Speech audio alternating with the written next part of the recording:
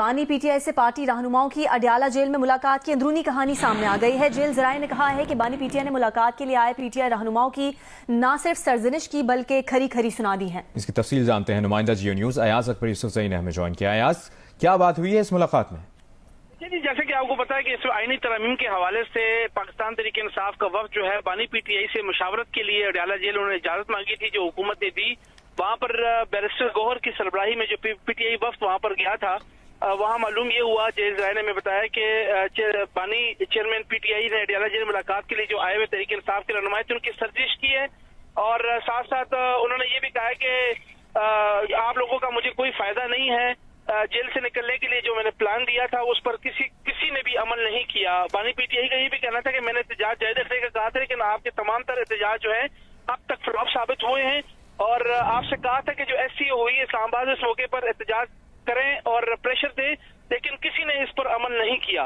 میرے دیے کہ منصوبے پر عمل نہیں ہو رہا اور نہ ہی آپ لوگوں نے عمل کیا ہے، اب مجھے بتائیں کہ میں باہر کیسے آؤں گا۔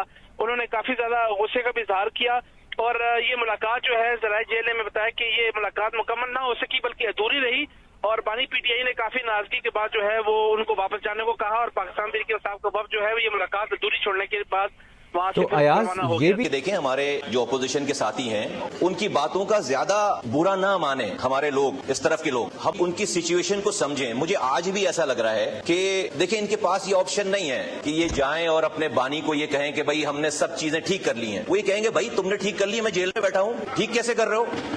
تو ٹھیک نہیں ہونا ہے نا، اس کو سمجھنے کی ضرورت ہے۔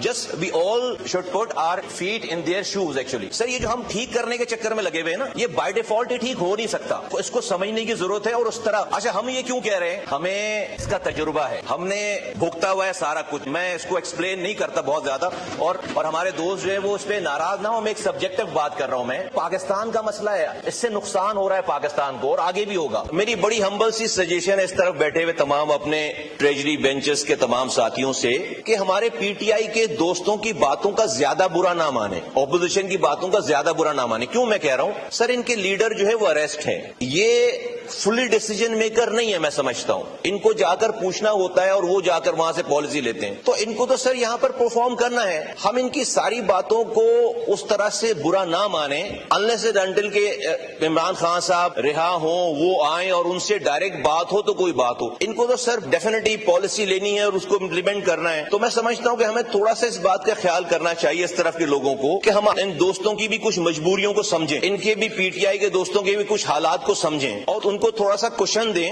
تھوڑی سی اسپیس دیں کہ ان کی ہر بات کا بھی ہمیں برا نہیں ماننا چاہیے، کچھ مجبوریاں بھی ہیں ان کے ساتھ۔